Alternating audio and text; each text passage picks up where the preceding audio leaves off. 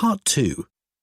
You will hear a woman speaking to a group of people who are interested in becoming volunteers for an organisation called ACE. First, you have some time to look at questions 11 to 15.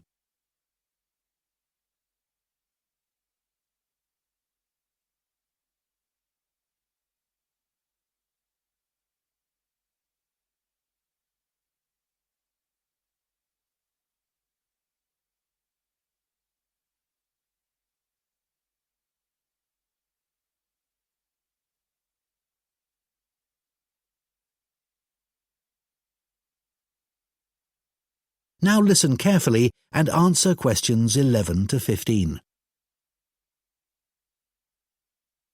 Good evening, everyone.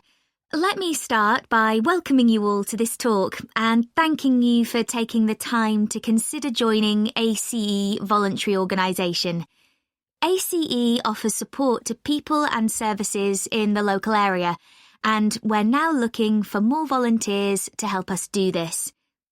By the way, I hope you're all comfortable.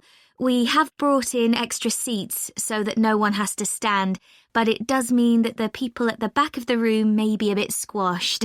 We'll only be here for about half an hour, so hopefully that's okay. One of the first questions we're often asked is how old you need to be to volunteer. Well, you can be as young as 16, or you can be 60 or over. It all depends on what type of voluntary work you want to do. Other considerations, such as reliability, are crucial in voluntary work, and age isn't related to these, in our experience.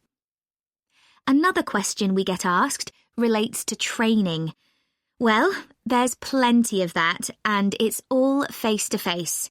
What's more, training doesn't end when you start working for us. It takes place before, during and after periods of work. Often it's run by other experienced volunteers, as managers tend to prefer to get on with other things. Now, I would ask you to consider a couple of important issues before you decide to apply for voluntary work. We don't worry about why you want to be a volunteer. People have many different reasons that range from getting work experience to just doing something they've always wanted to do. But it is critical that you have enough hours in the day for whatever role we agree is suitable for you. If being a volunteer becomes stressful, then it's best not to do it at all. You may think that your income is important, but we don't ask about that. It's up to you to decide if you can work without earning money. What we value is dedication. Some of our most loyal volunteers earn very little themselves, but still give their full energy to the work they do with us. Before you hear the rest of the talk, you have some time to look at questions 16 to 20.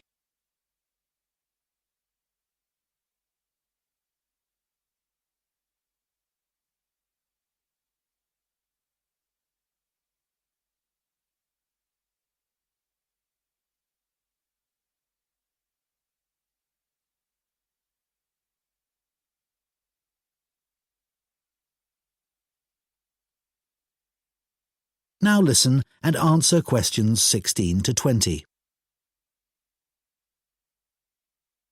Okay, so let's take a look at some of the work areas that we need volunteers for and the sort of things that would help you in those. You may wish simply to help us raise money. If you have the creativity to come up with an imaginative or novel way of fundraising, we'd be delighted, as standing in the local streets or shops with a collection box can be rather boring. One outdoor activity that we need volunteers for is litter collection, and for this it's useful if you can walk for long periods, sometimes uphill. Some of our regular collectors are quite elderly, but very active and keen to protect the environment. If you enjoy working with children, we have 3 vacancies for what are called playmates. These volunteers help children learn about staying healthy through a range of out-of-school activities. You don't need to have children yourself, but it's good if you know something about nutrition and can give clear instructions. If that doesn't appeal to you, maybe you would be interested in helping out at our story club for disabled children, especially if you have done some acting. We put on 3 performances a year based on books they have read, and we're always looking for support with the theatrical side of this. The last area I'll mention today is first aid. Volunteers who join this group can end up teaching others in vulnerable groups who may be at risk of injury. Initially, though, your priority will be to take in a lot of information and not forget any important steps or details. Right, so does anyone have any questions for me about it? That is the end of Part 2. You now have 30 seconds to check your answers to Part 2.